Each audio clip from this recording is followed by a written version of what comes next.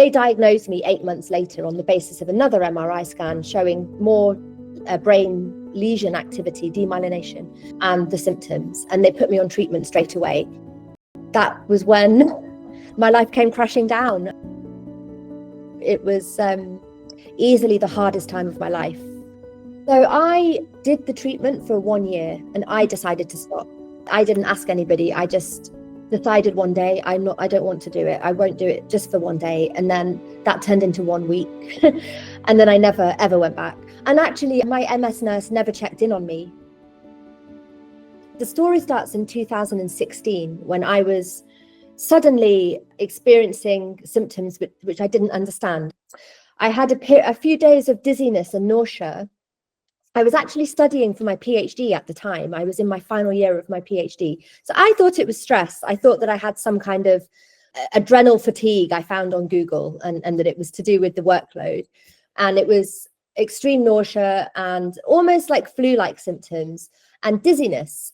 And after a few days, that settled down into double vision. So I called my father, who is a retired doctor, retired GP, and he was very concerned because double vision can be a serious symptom. I didn't know that, and he didn't tell me that, but he encouraged me to go and get it checked out. So I went to a local eye hospital that happened to be nearby campus where I was studying my PhD. And they put me through for a brain scan that night because it can be a brain tumor that gives you double vision. So they ruled that out. So that was wonderful. So I knew by midnight that I didn't have a brain tumor. But then the next thing that they needed to check me for was for multiple sclerosis. So they didn't tell me that, but they put me through for an MRI scan, which allows them to see the soft tissue in the brain. And that confirmed that I had demyelination, which is a symptom of multiple sclerosis.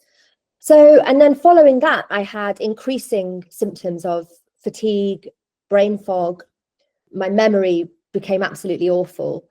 Weakness, aches and pains, and the symptoms really started to set in. So they diagnosed me 8 months later on the basis of another MRI scan showing more brain lesion activity, demyelination, and the symptoms. And they put me on treatment straight away. That was when my life came crashing down. It was easily the hardest time of my life after that. I managed to finish my PhD, which I was really proud of in those circumstances. So I submitted my PhD, and that's when I crashed. And I was out of action for 2 or 3 years, and just on a downward spiral. I was just getting worse and worse. The same symptoms that I mentioned. And I had a neuro rehab team teaching me how to relearn how to walk, simple things like that, because I was using up too much energy when I walked and it was exhausting me. And so they had to teach me how to walk at a much slower pace. This is a weird life where you have constant hospital appointments and medication. I was injecting daily medication, which wasn't helping with my symptoms. The idea of the medication is it slows down the progression of your illness in the future, but it doesn't help you at all with your daily symptoms, and it gives you further side effects. Like I had skin site reactions where I was injecting, which I still have now. I still have scars from where I was injecting on my hips. And obviously it's just not a nice thing to have to do every day, to inject. And the injections themselves weren't actually painful. It was in your body afterwards, the stuff in your body burns for like up to an hour afterwards, and you can't walk. And it was just a horrible, horrible time.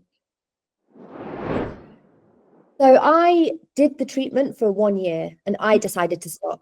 I didn't ask anybody. I just decided one day, I don't want to do it. I won't do it just for one day. And then that turned into 1 week.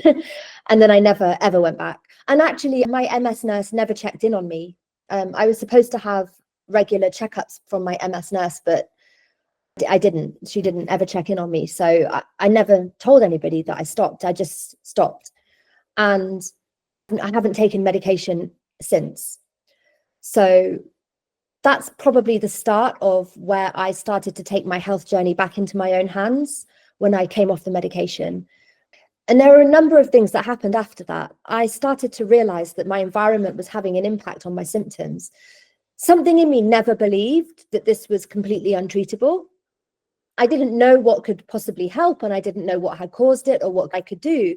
But something in me just thought, this can't be happening for no identifiable reason. And this can't be happening with nothing can help it. Something in me didn't believe that. And I came to discover that my environment was making my symptoms worse.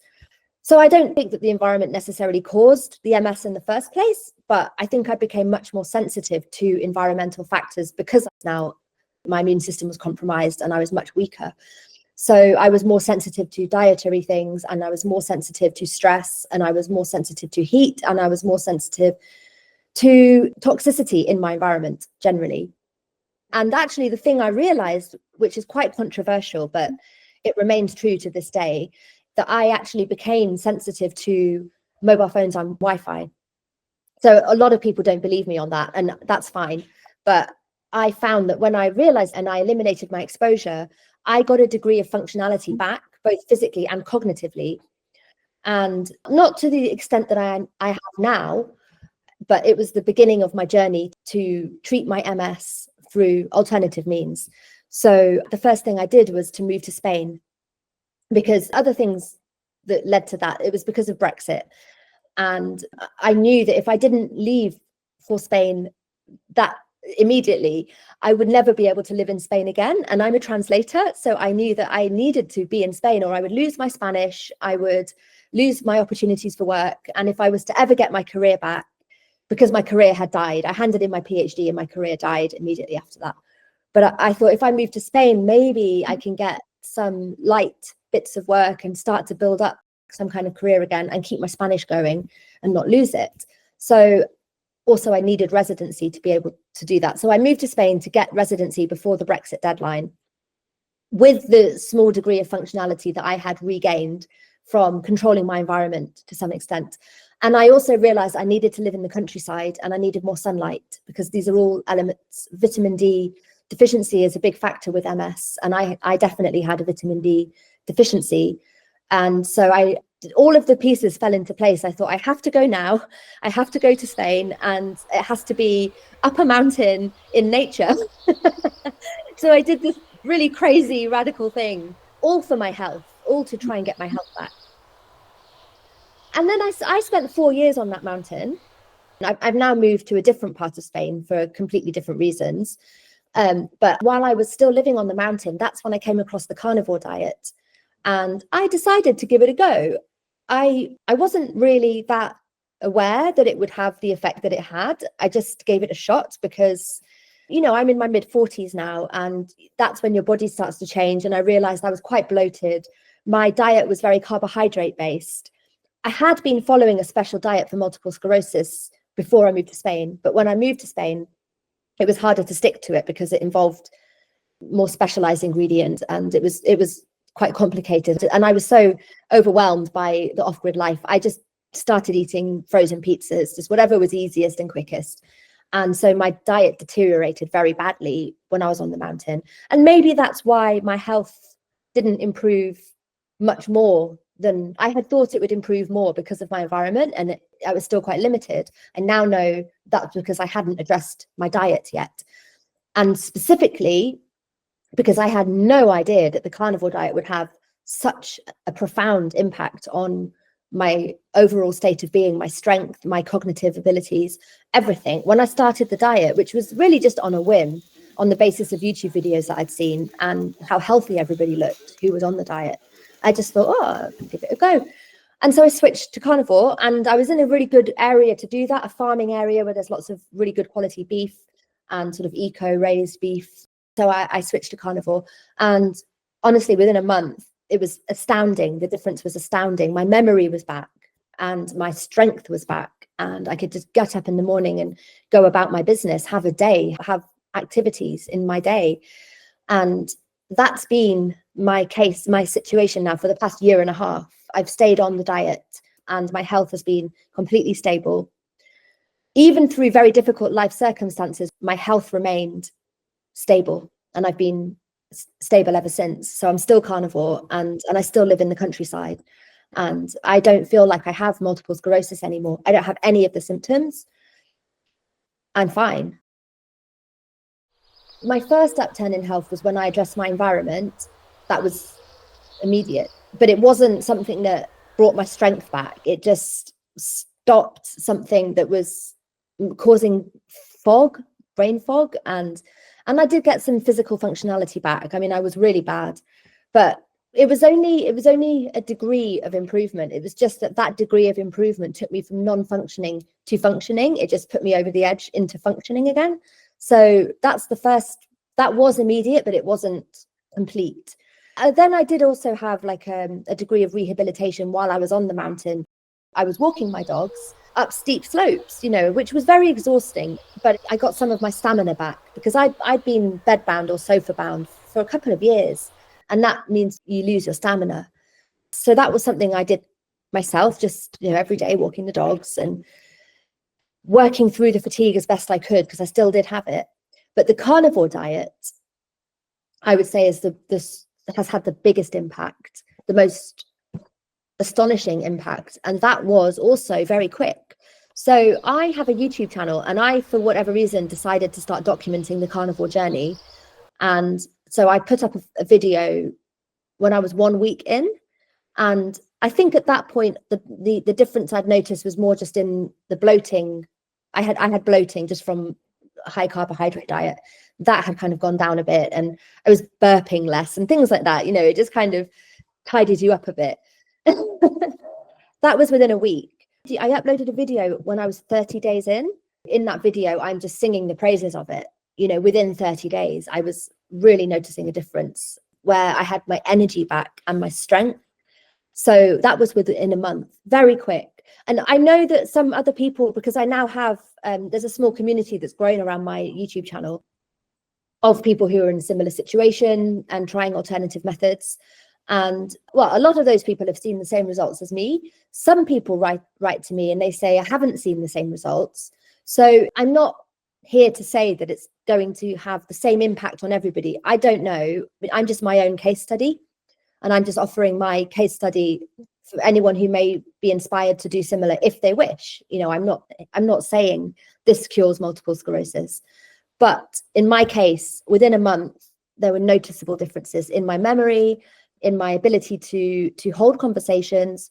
I wasn't as ill as I was when I was still in the UK, but people around me definitely noticed a difference. There was, quite a marked difference. They were saying like, wow, who is this person? Because I was gone back to being like my previous self before I got ill. And those people had met me when I was ill, so they didn't know my previous self. So it was like they didn't really know me at all. And now suddenly they were meeting me for the first time. And yeah, that was within a month. But then there's been further improvements as I've stuck through the diet over the course of the year and a half that I've been on it. And I've plateaued at times because I realized that an important element of it is the fasting element. So you can eat as much as you want, but the idea is you then refrain from eating. I try to stick to the 16-8 regimes. You can eat for an 8-hour window, and then you don't eat anything for the next 16 hours, during which for a lot of that you're asleep. I go from 11 a.m. till 7 p.m. So it doesn't feel difficult at all.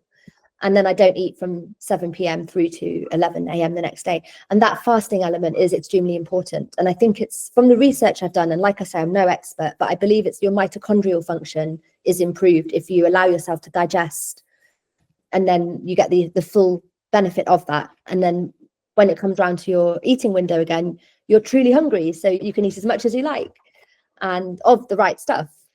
And I also believe that saturated fat and cholesterol are absolutely essential to our health. I've come to absolutely believe the opposite of what we're told. My neurologist said to me, look, saturated fat is really bad. And I said, look, I don't agree with that, because myelin, which is the substance that your immune system attacks when you have MS, the demyelination is the immune system attacking myelin in the brain. Myelin is like when you have wires that have a protective casing around them, that's what myelin is. And it's made of cholesterol.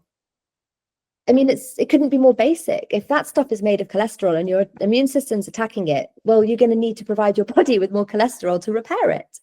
And that makes sense to me, at least. And then there's things like the gut microbiome. There's lots of things that I'm only just beginning to research. But the research I'm doing is not in order to find a cure. It's on the basis of the fact that I've experienced what seems like a cure. And now I'm researching in retrospect why that might be. And I'm finding science that does explain it. So it's really, really interesting, all of it. And it's unbelievable now to think that that was the situation that I was in, and look how I am now. And by going against doctors' orders, against everything they were saying. And my neurologist in Spain is almost frustrated with me because I'm not ill enough. He's always pushing really hard drugs on me. He literally was trying to convince me to go on chemotherapy when I was sitting in front of him saying, look, I don't feel ill, I don't have symptoms. And he's doing that with my best interests at heart from within his belief system. But what I've tried to explain to him is these drugs have such severe side effects. They really impacted my quality of life now.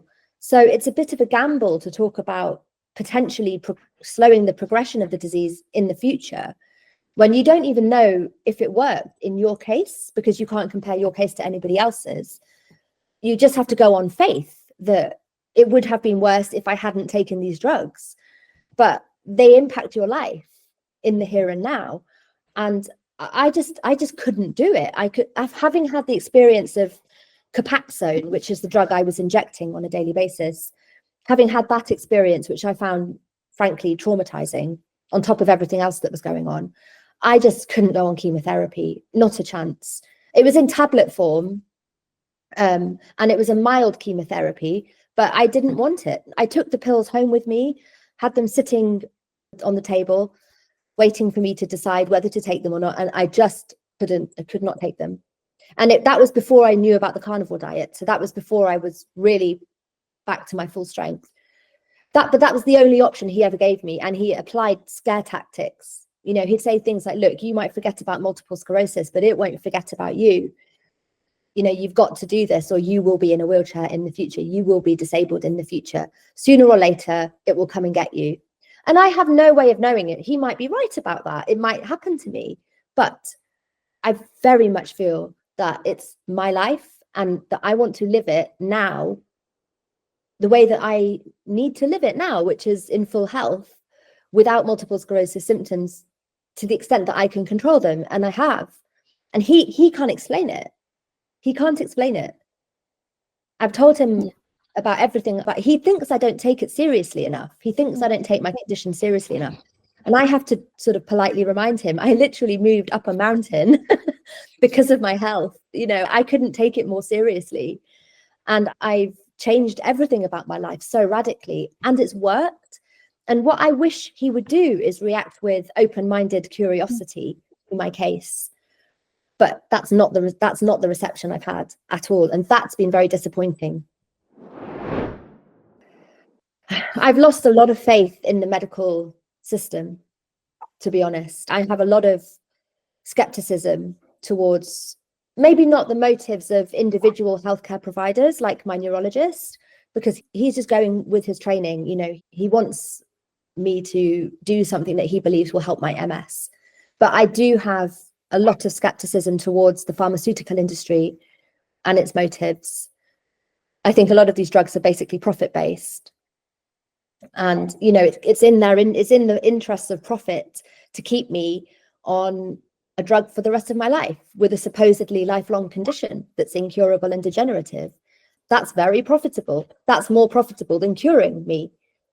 I see it in those terms. Maybe I'm wrong, but all I know is, on the experience that I've had, both negative towards the medical establishment and positive towards my alternative way of approaching, the two things combined have led me to feel very strongly that there are other ways, and that those ways are more powerful, more holistic.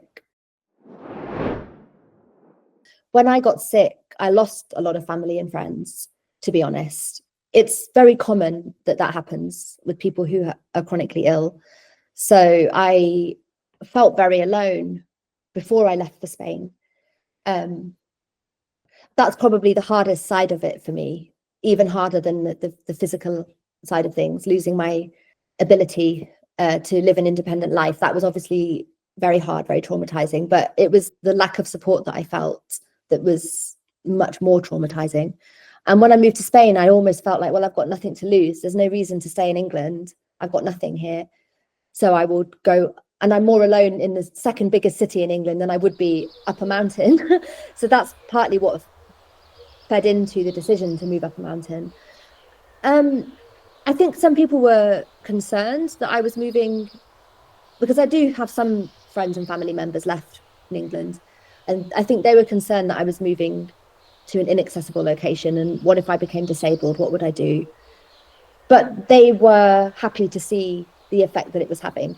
And then, as I say, when I started the carnivore diet, the new friends that I made in Spain were astonished, absolutely astonished, because I was suddenly a different person. And they could all see it just as much as I could feel it. So that was very validating. Also, people on my YouTube channel have said that when I first started uploading videos, I was obviously ill, that I look and sound much better over the course of the year that I've been uploading videos. So I've had that validation as well from people watching the channel, because it's a rehabilitation. Like when you have a chronic illness, often that destroys your life, or the life that you were living anyway, to such a degree that it's a long rehabilitation process. And there's many aspects to the healing: physical, mental, emotional. Rebuilding your life from scratch is a long process. So even though the carnivore diet took effect within a month, a noticeable effect within a month, there was still a process of finding myself again and getting back on my feet financially and emotionally. I think that looking back now from the other side of it, I can see how much I gained from the experience. You know, I wouldn't wish it on anybody. It was horrific. But now that I'm out the other side of it, which is a miracle in itself, I'm able to look back and think, well, that was the biggest learning experience I've ever had in my life. And what can I do with that now that honors that, you know? And one of the things I can do is spread the word. So to help other people, like I'm so committed to trying to inspire other people to have hope in these conditions where you're told you are helpless and hopeless. And that wasn't true. And I realized that actually I still have work to do. It's an ongoing thing. A health journey is an ongoing situation. When I moved to Spain, I was still quite vulnerable. I was alone and I was still struggling with MS. And that meant that I got myself into relationships, friendships and romantic relationships that were actually very false and, I guess, abusive. So because of my vulnerability, there were side effects to that, which then when I started the diet and started to get my health back, I still had to deal with the choices I'd made while I was still vulnerable before I could get myself back into a truly healthy place, cut those relationships and then start afresh now, you know, with a sense of being a complete person. So I'm in that stage now where I've cut loose the unhealthy relationships that I had got myself into before I got well again. Like I would become friendly with anybody who smiled at me, you know, and that you can't do that in the world. People, you have to be more discerning than that. So I realize now that I have to start fresh on every level. And one of those things that I realize now that I still need to do, because I still torture myself sometimes with bad memories, is exactly that: meditation and yoga, actually, those two things. So, I mean, I think anybody who's middle-aged, coming into middle age, should probably do yoga and meditation, because you accumulate layers, don't you, of memories and traumas, and being human is difficult at the best of times. So I think that's the side of healing that I haven't yet addressed, and I'm looking forward to moving into that. Well, I have a lot going on. I am actually about to move house again back to the area of Spain that I originally lived in with the mountain. So I moved to a homesteading farm. I moved to a farm in Galicia, also in northern Spain. When I was on the mountain, I was in Asturias in northern Spain, and then I moved just further along the coast to Galicia in northern Spain. And so I moved from the mountain to a farm, and my idea was to have a lot of land and to raise my own animals for food ethically. But I moved here with my partner, who I then separated from. So now I'm realizing that I want to go back to Asturias, because that's where my friends are, and also that's where more opportunities for work are. And I still want to do the farming, homesteading lifestyle, but I can do that in Asturias. But the thing is, I'm about to move back to Asturias. So my life's a bit chaotic still. I'm still finding my sense of stability. But what's really good is in the past year, I've been working again. So I've been translating. I translated a novel, for example, which I was really happy about, because I haven't been working for, every life involves hard work. Every choice you make in terms of work is always hard. There's no easy way to make money and to survive. So it's, what choices do you make? What problems do you choose? What kinds of problems do you choose? What kind of work do you choose? But I just so happy that I'm in a situation where I can work in whatever that word means, whatever work means, whatever, making a living means. I can do that because I have my health. I wasn't living, I wasn't working before I got my health back. So although I'm still in a little bit of chaos and life changes, which is the after effects of so many years being ill and sort of trying to find my place in the world again. My daily meals, they're usually quite similar every day. When I have breakfast, which is at 11 a.m., I have 4 eggs and a full pack of bacon with fried in butter. Then around about 5 p.m., 6 p.m., I will usually have beef in some form, so minced beef or a steak. And I might have eggs on the side of that. I sometimes let myself have avocado because I like avocado very much. I do want to become keto rather than carnivore moving forwards. So I miss vegetables. I like vegetables very much. People who are ketogenic or ketovore, they have a meat-based diet, but they're not exclusively meat-based. So they do incorporate some vegetables, and I would like to do that. The idea is to eliminate sugar from your system entirely, which is inflammatory.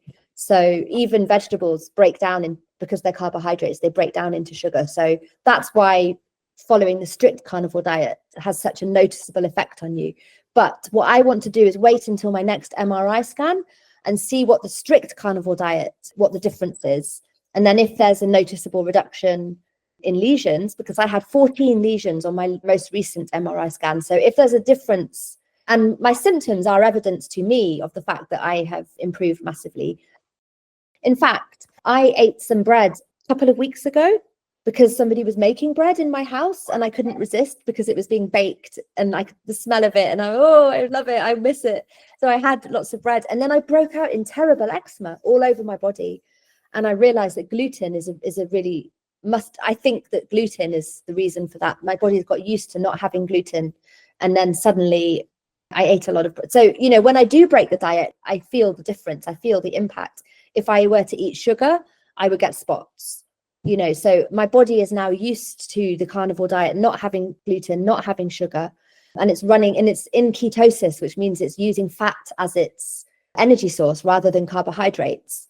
And that's the aim of the carnivore diet, to be in ketosis, because your body behaves differently. You don't get hungry as often, you have a more stable energy, and you see lots of health benefits from being in ketosis. So the times where I've broken the diet along the way, I have come out of ketosis and had horrible side effects from doing that. So I want to continue to be careful and to stick with the diet, but I would also like to introduce some vegetables back in once I've had that MRI scan and see which ones hopefully I can tolerate. When I first went into hospital and had the brain tumor scare, followed by the confirmation that it was demyelination, the symptoms started in those early days. I remember very distinctly thinking, why not me? That was what my body and brain came up with as a way of dealing with it. Like, not why me, but why not me? This happens to everybody. People get sick. Why wouldn't it be me? Why wouldn't it happen to me? And I don't know why that helps, but that was a way of dealing with it at the time. I guess I feel like, why me? I started to feel like that about when I got better. I had something like survivor's guilt about it, because I was in Morocco. Shortly after I started the diet, I went traveling to Morocco, and I met somebody in an underground car park, long story, who had multiple sclerosis. She came out of a lift. Her husband was pushing her in a wheelchair, and I heard them talking in French. Actually, I speak French as well as I speak French and Spanish. So I heard them talking in French about multiple sclerosis, and I went running over to her and I said, "Oh, you have multiple sclerosis? I do as well, but look, I'm not in a wheelchair anymore." And I'm cool, like this is what happened, this is how I did it. And she was just like, oh my God, how are you so healthy and well? And she wanted to hear everything I had to say. And we only had a few minutes as her husband was pushing her to the car. But she, by the end of these few minutes, she was sobbing. We were hugging each other. She was like, I feel so alone, you know, thank goodness for my husband, but even he doesn't understand, like the loneliness, the fear, the boredom. You know, I feel seen for the first time in so long, she was saying, as she was crying, and just like we were clinging to each other. It was a very powerful moment. And I came away from that feeling survivor's guilt. Why me? Why am I the one that's found this cure, found this way of getting better? And this poor lady in a wheelchair having a horrible time still. So I still think of her often, and I wonder whether she followed the diet advice and the environment. I very much hope that she at least took hope from her encounter with me, came to realize that it wasn't true, that multiple sclerosis, you're a victim to it and there's nothing you can do. But yeah, that funnily that you should ask that question, because it's really been, I've really felt why me, about why did I come across the information that helped me get out of this when that information is not available easily. Well, it is. If you're looking on the internet, I still feel very, very fortunate and almost guilty that it's happened to me, that I cured multiple sclerosis, or seemingly so anyway. Because as I say, who knows? I could have a relapse at any point. I don't think I will. I don't feel like I have anything wrong. I don't feel any difference to any other 44-year-old person who is healthy. It's not impacting my life in any way. I don't have any restrictions. I don't have any symptoms. So I don't know why I would have a relapse, but I accept that until I don't, there's always that possibility that it might happen in the future. What's happened is so extraordinary that I feel, and it feels so miraculous that I feel like, why me about that side of things? Don't feel that your situation is hopeless. Don't take on face value what your doctors are telling you. It doesn't mean that they're deceiving you, but the way that the world has gone, the structures in the world, I don't think that they are open to alternative ways, and those alternative ways can work so much better than conventional medicine. So please don't lose hope. Please experiment with different ways and listen to people's stories who have managed to overcome these terrible conditions, and stay open to those possibilities in order to not lose hope.